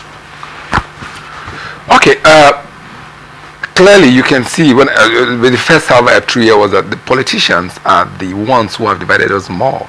And the reason for that is that they play integration only when they need you to get their vote. And this thing about our diversity is not about even Hausa, Yoruba, or Fulani, or Igbo, or in small Bayelsa. I'm using Bayelsa where it's supposed to be predominantly Ijo state. You will see it playing out as Ogbeya, Nembe, or Kor Ijo, or Upland Ijo, Riverine Ijo. These are Ijo people, one language. Their dialects has divided them over political gains. So the problem is not about because I'm Hausa, Fulani, or I'm Niger Delta, or I'm Yoruba. It's in the gene of our people to think that to win or to get more, you must play your small ethnic group and grab more because you have support around you. Now, if we debrief that from our mindset and we begin to look at it more collectively, we can challenge our politicians to it. Right now, the moral conscience is not even there. I was president of the Jury Council. The only reason I succeeded, I can tell you, and I say this again and again, we started as an ethnic resistance to bring benefit to our people. But I realized that in the Niger Delta, it's not about just Ijo people. My first challenge was the Ishekiris, the Urobos, the Ikweres, who thought that because the Ijo, who are a majority there, are also trying to subdue them. So I created a platform of ethnic interactions, myself and all the presidents of this group, and we found what is called a common value, a common denominator of what affects us collectively, and we made that the driving point. So if I made a comment, I get to see the Ishekiri man, the Urobo man, the Ikwere man saying, look, that is our position as the Niger Delta people. Now Nigeria needs to have that kind of common goal. If you look at the Zambia-Nigerian match, you see that all these players came from different climes, from different club side, but they had their eye on the goal. They didn't care who did what right or who did what wrong. They focused on the ball. Nigeria do not have that kind of goal that we bind politicians together. The goal that we have is how do we share, how will this limited number of people share the collective patrimony of the rest of us. That's why we're not getting it right. So let's have a goal. What is that goal? We need to look at it. All right, Emmanuel Musa, let's bring you into the conversation all this time. I asked the question about what you thought the president's visit resonates with by this time, particularly in the southeast. You know, considering the litany of complaints from that part of the country, was it just mere politicking, or it opens an avenue for proper dialogue and understanding and then remedial action? Well, thank you. I think the president's visit, to me, has increased hope for the people of the southeast. For me, he has done the best of what he should do at this hour. There is never anything that is too late. Even if we thought that he would have been able to do it before now, the important thing is he has done it. He has identified with the people. Even his attire, the way he came out, the way he was welcomed. And they must have had very serious discussions. He would have had an opportunity to have a one-on-one evidences of whatever the grievances from the southeast were. He would have had enough opportunity to see the people themselves interacting with the politicians, the chiefs, the emir, whatever.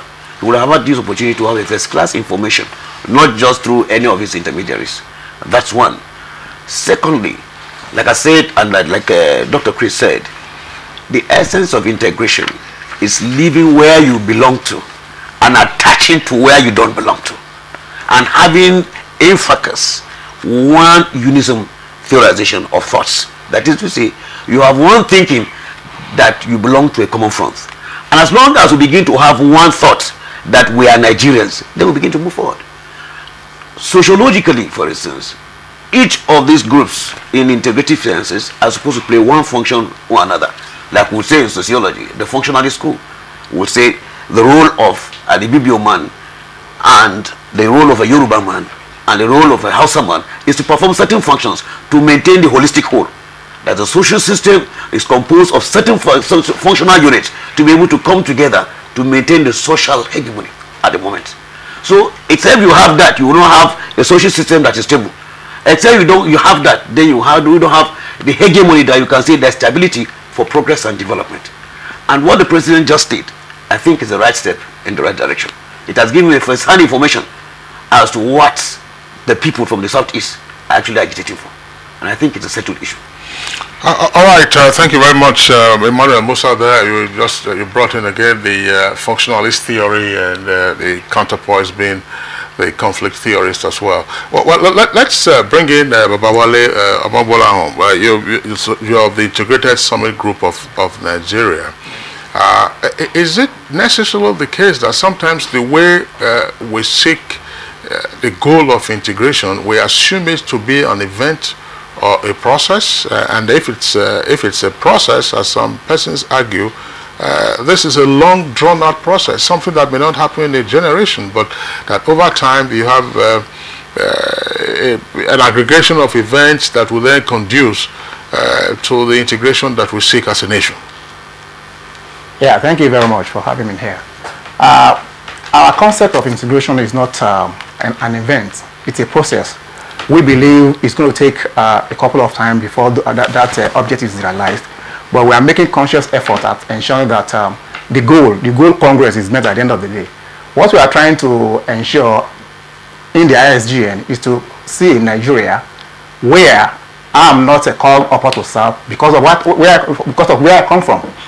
I want to be called upon to serve because of what is my brain, not because I'm a Yoruba man, or because my president is from the John Nation, or from you are an Igbo man. What we are trying to look at is that let us look at Nigeria first. Then every other thing is secondary, because we believe this division, the ethno-religious proclivity that we have in Nigeria today, is not doing us any good. We are better together as a country. Let me bring you an instance here. We all saw what happened in Spain recently, and you see the uprising that is about bursting out of that process. So we believe, as a Nigerian nation, the bickering here and there that we have seen in recent times, the Niger Delta militancy, the IPOB, whatever, is as a result of, just like Dr. said, the seeming marginalization of a group of people who felt they are contributing the larger chunk to the central, and they are not getting anything. So, but we are now coming that, see, guys, this is what we can do. We can always realize our dreams through non-violent means. We can go the way of Mahatma Gandhi of India. We can go the way of Martin Luther King of America. He went through his agitation not by violence, but by appealing to the consciousness and subconscious of the people. So with that, over time, even though Martin Luther King did not realize his dream while he was alive, but you can see somebody like Obama in the White House, which is unprecedented. So that is the concept of ISGN. We believe in the unity of Nigeria, and we believe that to have a progressive Nigeria, we have to fight for our common goal without looking at our ethnic or religious background. All right, thank you very, very much, Omogbola. Mr. Chris Ekio, if as a country, national integration remains a suspect, what is the implication for us? Let me just cue in from where he stopped. Integration, for me, I think is a bedrock of our survival as a nation. If you look at recent time, and I'm talking of recent time, most recently, people are clamoring for restructuring. People are clamoring for, IPOP came up with very strong resistance. The Nigerian Delta militants, we've done ours over the years and all that. The Yorubas are beginning to regroup again.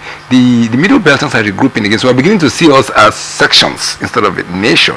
And that's why integration is core. It should be in the front burner of our discourse as a country every day, every time. Unfortunately, I want to agree that the government is not responding to that. If you go back, even under the military era, you remember Mamsa. It played a role in trying to integrate Nigerians strongly, Mamsa. So the military knew that unless we are together, we can't work it out. But I'm surprised that the political class don't take it seriously. For this integration summit is talking about, now where we're gathering young people to talk about national unity, letters have been written to government functionaries to play roles. They don't see it as important because it's not going to bring political gain to the desk. So the drive going forward is to see that people who lead us in this country think more of the benefit that they can capture than keeping our country together. And unless we do something and nip it in the bud, the implosion that is about to happen, we can't contain the angels. So I'm cautious of that fact, and we'll continue to mobilize Nigerians to build a critical mass of people who will talk about Nigeria more as a country or as a nation. But why is it taking the political class so much to recognize this? Yeah, it's because without trying to be disrespectful, I was talking outside this morning with my friends, and I said, look, the problem we have is that those who should lead are probably consultants providing ideas and throwing them on the shelf of government that government don't look at. Those who are leading are probably those who should be following. So most times, their capacity to initiate ideas, think through ideas, or see the process is limited. And when you bring it on board, they're scared, so they knock you down. So I think unless we begin to look at the issues of self-esteem and self-confidence and working with the best minds, we won't get it right. In the US, take the US. If a man was found hacking a system, that's criminal. They give him a jail term, but you know what they do? They take him and they put him in the best of the best of institution where they can transform that negative tendency to positive tendency, and they use it for the benefit of country. Now, here, if they find a scholar also that has generated something that is new or brought a new idea, they put him on board a think tank to play a role in strategy and policies of their country. So it's country first. It's country first. The President of America signed one bill and said he doesn't believe in it, but the people want it, so he's going to do it. Here, the reverse is the case. A governor will sign only a bill that has been stereotyped to suit his need for the moment. So when he leaves office, the next governor will say, this can't work. He does a new thing. But if the institutions are strong and the focus are the people and the country, one policy will serve 10 governments and it will play the same role. And I say very strongly that if you look at the letters of our national item, it talked a lot about unity, it talked a lot about equity and all that. And we sing it every morning, we fly the flag and the coat of arms in every office. They talk about unity, progress, equity. We don't respect those letters. So the politicians, not just the politicians must find a way to institutionalize that thinking, because the institutes are losing it. In school, for instance, nobody cares again. They just sing it like a rhetoric. They don't know the meaning of the letters of the national item. All right, Dr. Chris Akio, thank you very much. Emmanuel Musa, let's get you again into the loop. Earlier, Dr. Akio said that greed was one of the most potent factors inhibiting drive towards national integration. What, in your opinion, are other factors that have tended to arrest move towards national integration, and therefore how can we overcome those factors? Yeah, thank you. I think, you see, for now, what we have in this country is that citizens are beginning to lose hope. They are beginning to lose faith in the leadership of this country. And so they have decided to now become primordial. Primordial, it says that they are going back to nativity. They are going back to tribal sentiments. They are going back to their own roots. They have forgotten what national is all about now, because they have lost hope. So what they're doing is to retrieve back, going back to those pre-colonial things we used to do. This is my language, this is my tribe, this is my ethnic group, this is my religion. Now, this is very dangerous for the democracy we're practicing. And except we're able to say, no, let's go back to the drawing board, let's look at these things as a national psyche, then we're not heading anywhere. And to answer your question directly, there are so many other factors, not only greed. One, political differentials, that's there. Ethnicity divide, that's there. Nationalism issues, that are there. Except we look at all this, because what we have now is that each leader of a particular ethnic group has become an authority of his own, and thereafter sponsors different militias here and there to be able to justify a nationalistic, in quote, a local nationalistic hierarchy. And that is very dangerous for this country.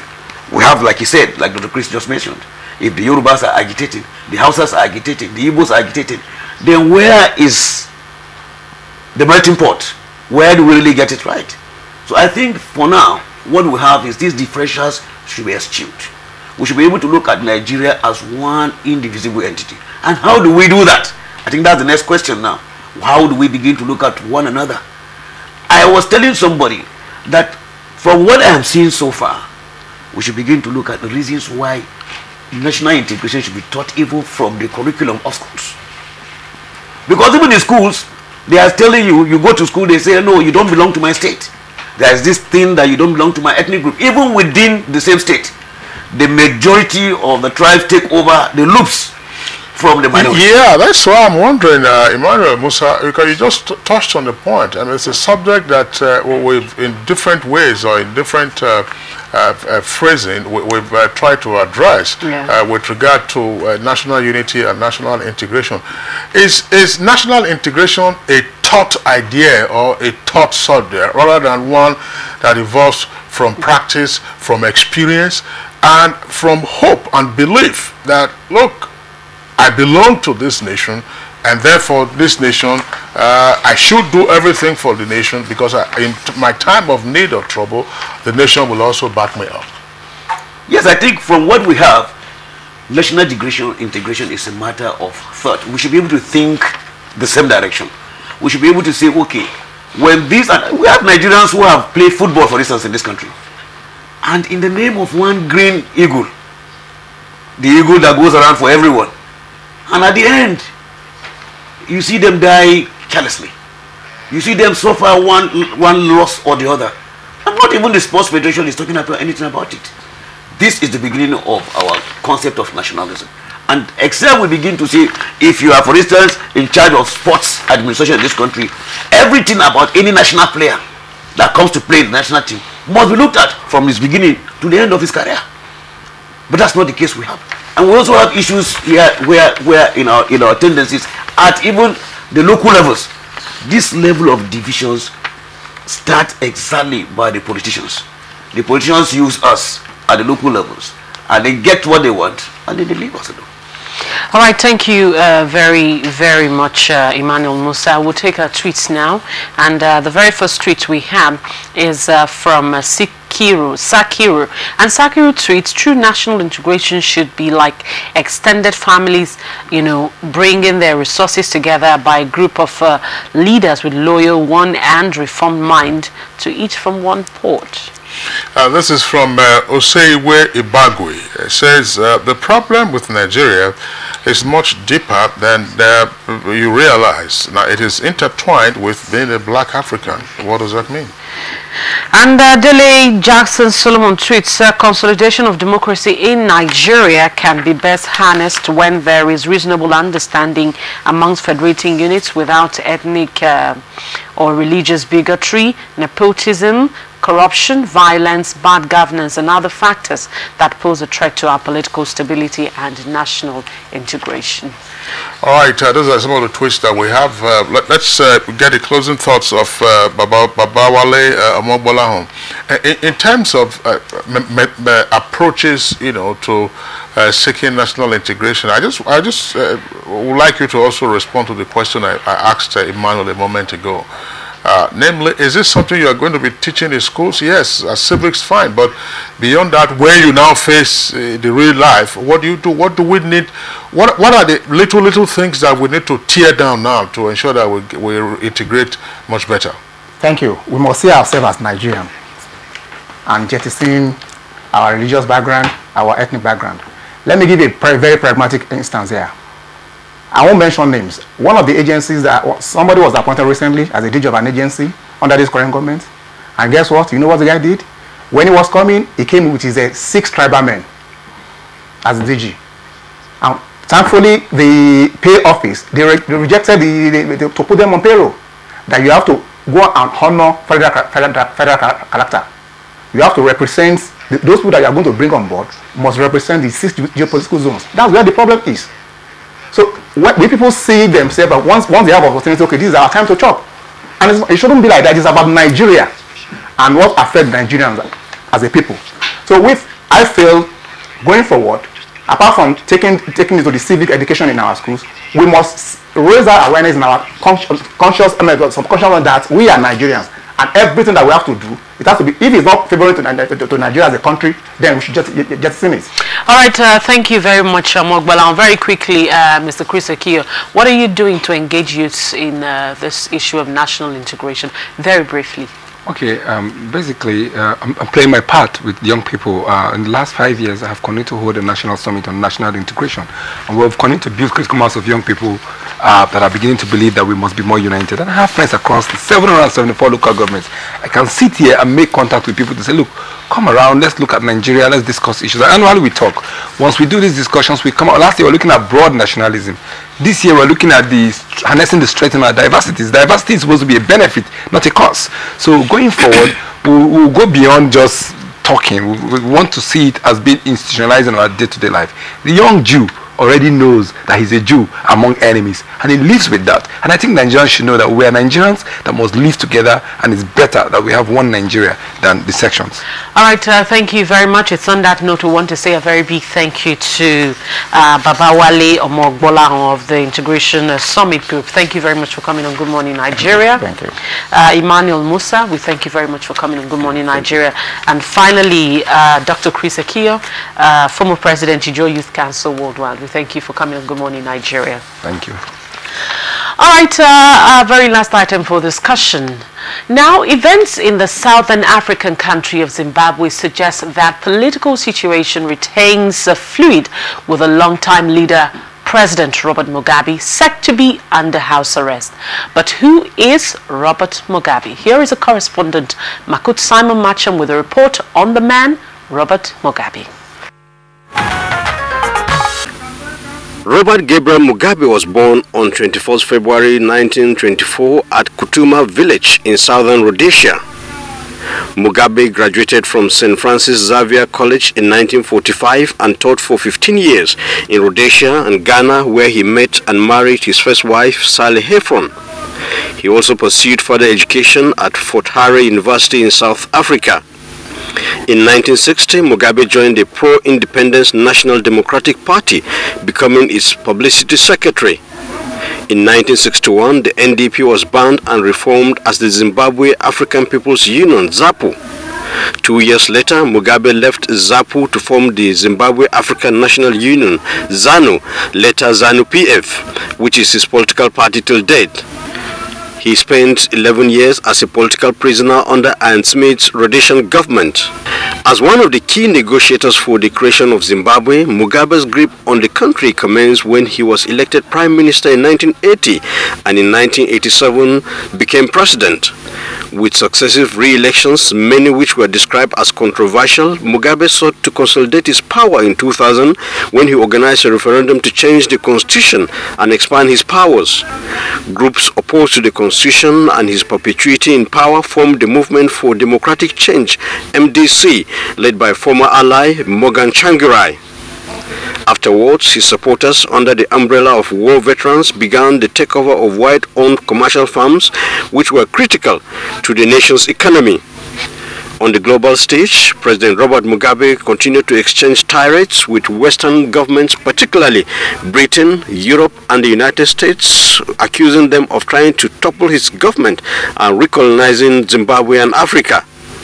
He was elected chairman of the African Union in 2015, and at 93, Mugabe holds the record of being one of the world's oldest leaders, having been in power for about 37 years. Having overcome several attempts to unseat him, Mugabe's latest travails came to head when he sacked his vice president Emmerson Mnangagwa, apparently to make way for his wife Grace to succeed him. The military's intervention is being watched keenly around the world as Zimbabweans prepare for another day without Robert Gabriel Mugabe, who dominated the political landscape in Zimbabwe for about 4 decades. What next for Mugabe and Zimbabwe? Only time will tell.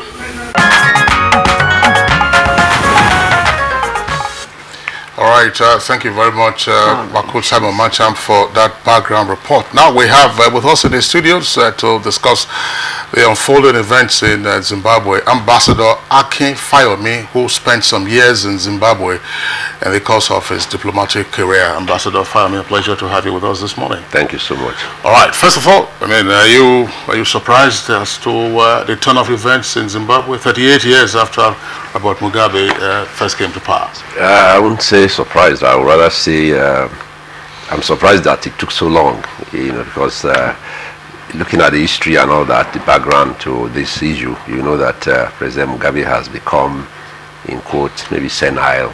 It's going the bad way. We remember the good old days when he came out in 1980 and became prime minister, up to 1987, before he now took over from Reverend Banana and became president.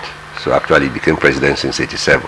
And then he was such, you know, something to look forward to. I mean, the whole of Africa was very proud to have Mugabe coming out of the liberation and become president and doing so well with Zimbabwe. So it's been a crisis of one thing or the other the past maybe a decade 5 years, 10 years, he's not been what we expected him to be. And in fact, he should have taken the honorable way out and go the way of Nelson Mandela.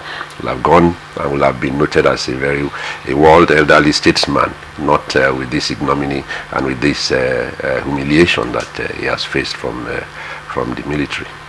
Well, the military has taken over, and they are saying that this is not a coup, but just a way of dealing with the criminals that have been around the president. But in Africa right now, we all know that a coup is not accepted anymore. How do you see this? That's exactly why they didn't call it a coup, because they know that when you use the word coup, you're already marginalized, you're already ostracized. So they wanted to find a way, like the old cliche, you know, if a duck quacks or a duck walks, you know it's a duck, no matter.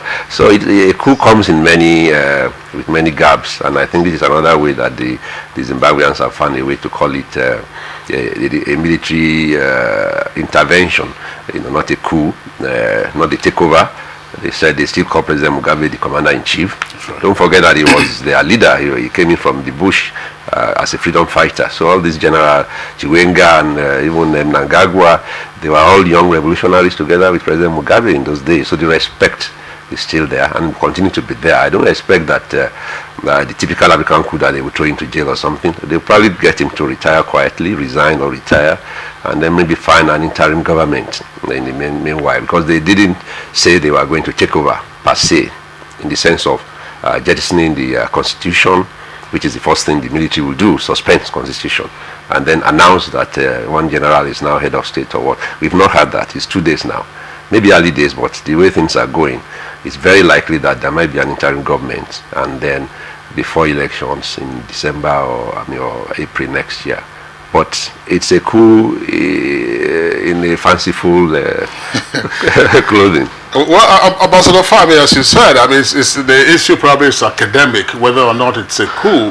As you said, the military, they still refer to him as President Commander-in-Chief. The cabinet has not been dissolved. No. Parliament has not been dissolved. And as you said, the constitution still has not been suspended. But from what you know in diplomacy, as part of your odyssey in Zimbabwe, there is some analysts believe a certain stubbornness about President Robert Mugabe himself, which is why he's carried on for the almost 4 decades that he's been in office.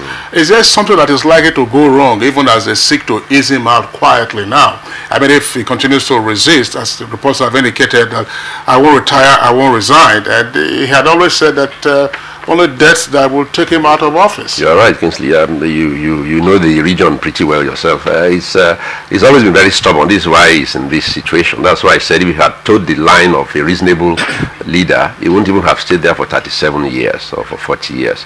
But now I don't see him resisting so much. He doesn't have the capacity. He doesn't have the strength. You see the president goes to a meeting, within 2-5 minutes, he's already asleep. He's an old man, for God's sake. So I don't really see him.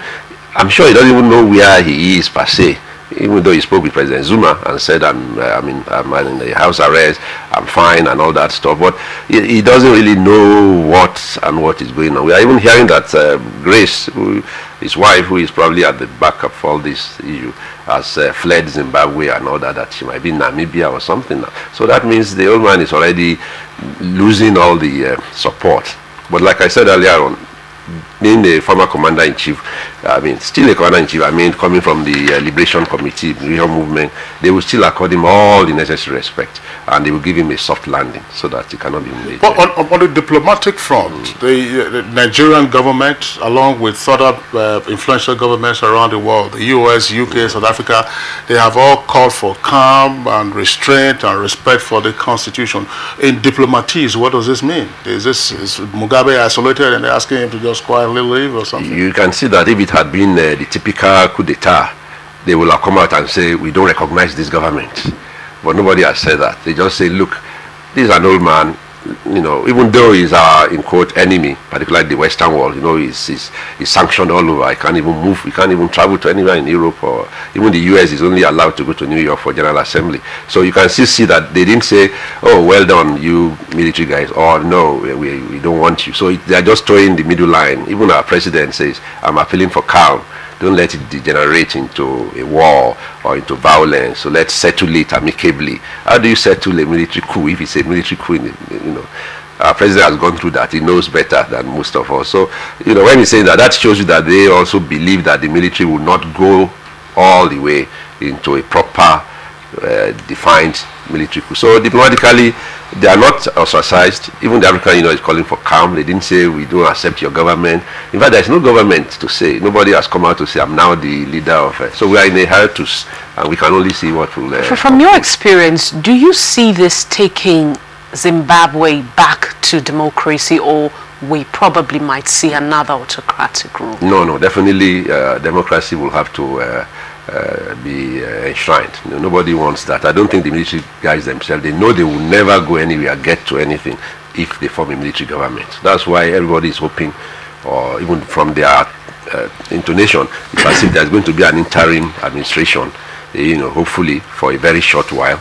Or like some people are speculating, they will bring Mnangagwa back and Mujuru, and so many things are on the social media that I take all of that with a pinch of salt anyway, because I know that that's not how government works. But the way it's going to happen, I don't think it's going to be a military government. All right, I just want just one last point. Looking at it from the Nigerian perspective, Nigeria was instrumental to the independence of Zimbabwe, as indeed it was nominally a frontline state fighting for the liberation of the remaining countries or territories that were under foreign occupation or rule. Is Zimbabwe still of any strategic interest to Nigeria today, and therefore how much diplomatic energy do we need to expend in helping resolve the Mugabe question, assuming there is still one? Very good question. Yes, they are still relevant to us because, like you all know, Africa remains and continues to be the centerpiece of Nigeria's foreign policy. So whatever happens in any African country, it's of interest to us. We don't want crisis, we don't want violence. But in terms of expending so much energy, I don't think we can really do much more than that. We have to leave it to Southern Africa, that is SADC, South Africa Development Community. If it had been in ECOWAS, then we can explain like we did with Jami. Our president had to go to Abuja. This one, we leave it to SADC to handle. All right, thank you very much, Ambassador Akin Fayeme, former Nigerian diplomat in Zimbabwe, and of course, former Nigerian ambassador to France and Monaco. We thank you very much for joining us on Good Morning Nigeria today. Of course, we'll continue to also follow the developments there. And that's it on Good Morning Nigeria today. We thank you so much for watching. We'll be back again tomorrow morning at 7 a.m. I'm Rhoda Anonam.